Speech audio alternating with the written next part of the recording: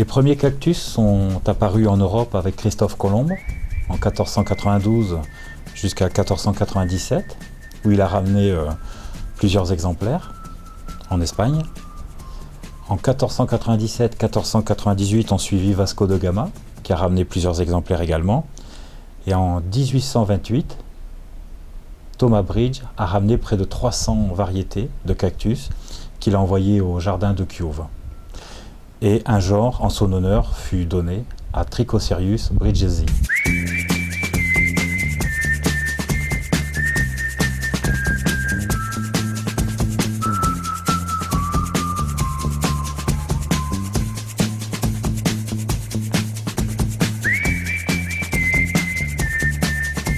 On fait des greffes de cactus car certains cactus qui ont un manque de chlorophylle ne peuvent vivre sur leurs racines. Afin de les maintenir et de préserver ces cactus-là, on les greffe. Cela permet de les maintenir et de les multiplier beaucoup plus facilement. Aujourd'hui, nous allons procéder à une greffe à plat entre un myrtillocactus géométrisant et une mammillaria. Pour effectuer une greffe de cactus, il faut tout d'abord un bon cutter, désinfecté à l'alcool à 90.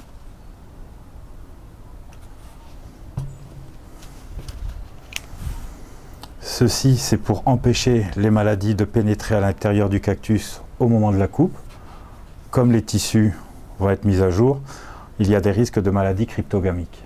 Après avoir désinfecté la lame, je vais décapiter le porte-greffe.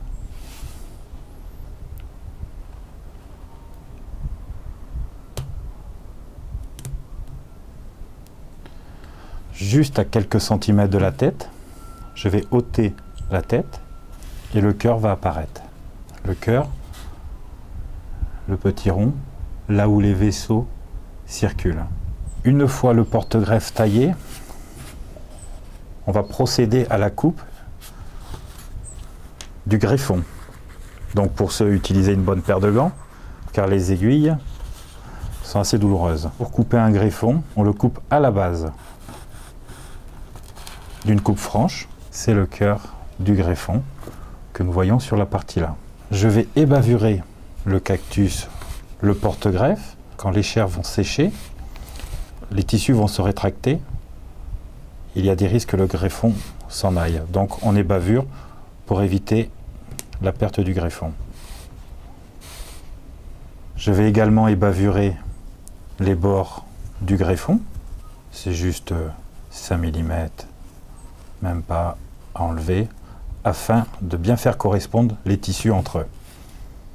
Ensuite, nous allons placer le greffon sur le porte-greffe en faisant coïncider les vaisseaux. On va effectuer une légère pression en tournant pour faire évacuer l'air.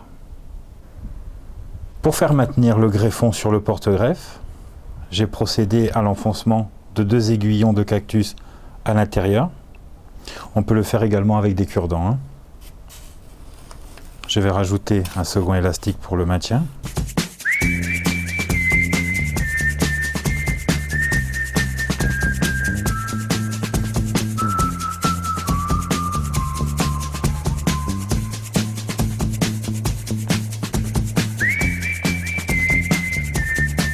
On greffe ce genre de cactus car ils n'ont pas de chlorophylle.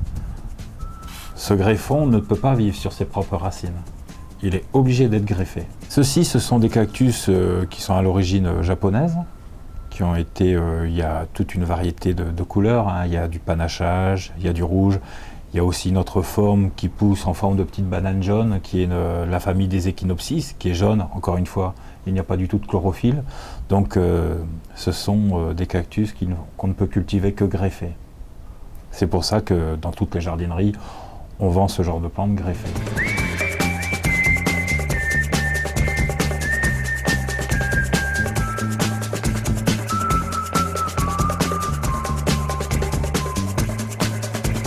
Ce sont aussi des plantes qui fleurissent.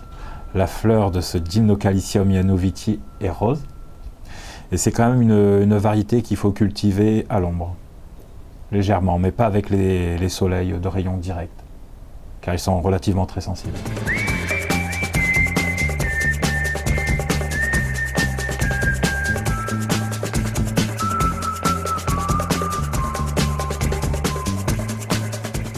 je vais procéder à la seconde greffe. Donc je vais ôter le greffon de ce porte-greffe qui est relativement sensible, qui avec les années finira par s'écraser, et je vais lui mettre un porte-greffe beaucoup plus costaud, plus résistant. Ce myrtillocactus géométrisant. Géométrisant car c'est un cicote et sa forme est géométrique. Je vais procéder à la désinfection du cutter. Il faut toujours une lame bien tranchante qui coupe bien. On le désinfecte pour pouvoir couper le greffon, à peu près à quelques centimètres de la tête. Une coupe nette.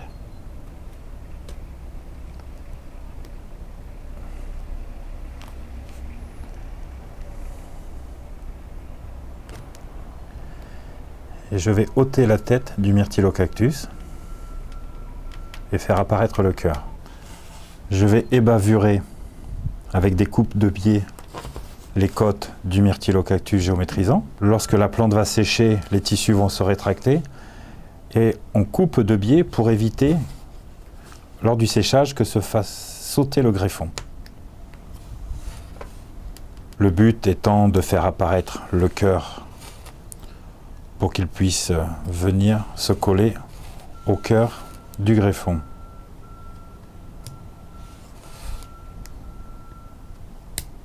On va procéder à l'enlèvement d'une plante déjà greffée.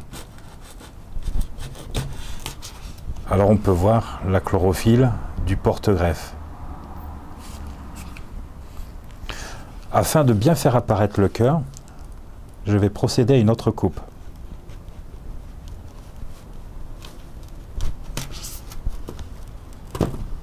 Alors on voit que ce greffon n'a pas du tout de chlorophylle et cette plante-là vit avec ses propres racines et sa chlorophylle. Donc je vais procéder à la greffe en faisant coïncider les vaisseaux du greffon à ceux du porte-greffe.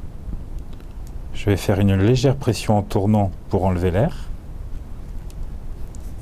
Un premier élastique afin de maintenir le greffon sur le porte-greffe.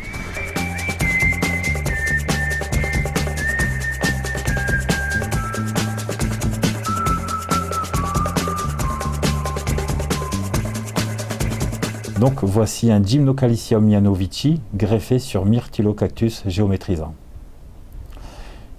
Il faut à peu près une quinzaine de jours pour que la greffe prenne. Et dans 15 jours, on va procéder aux premiers arrosages. Et dans un mois, on pourra enlever les élastiques ou les aiguillons. Mais pendant tout ce temps, il faut maintenir la greffe dans un lieu clair, sec, à l'abri des rayons du soleil, à une température minimum de 10-15 degrés.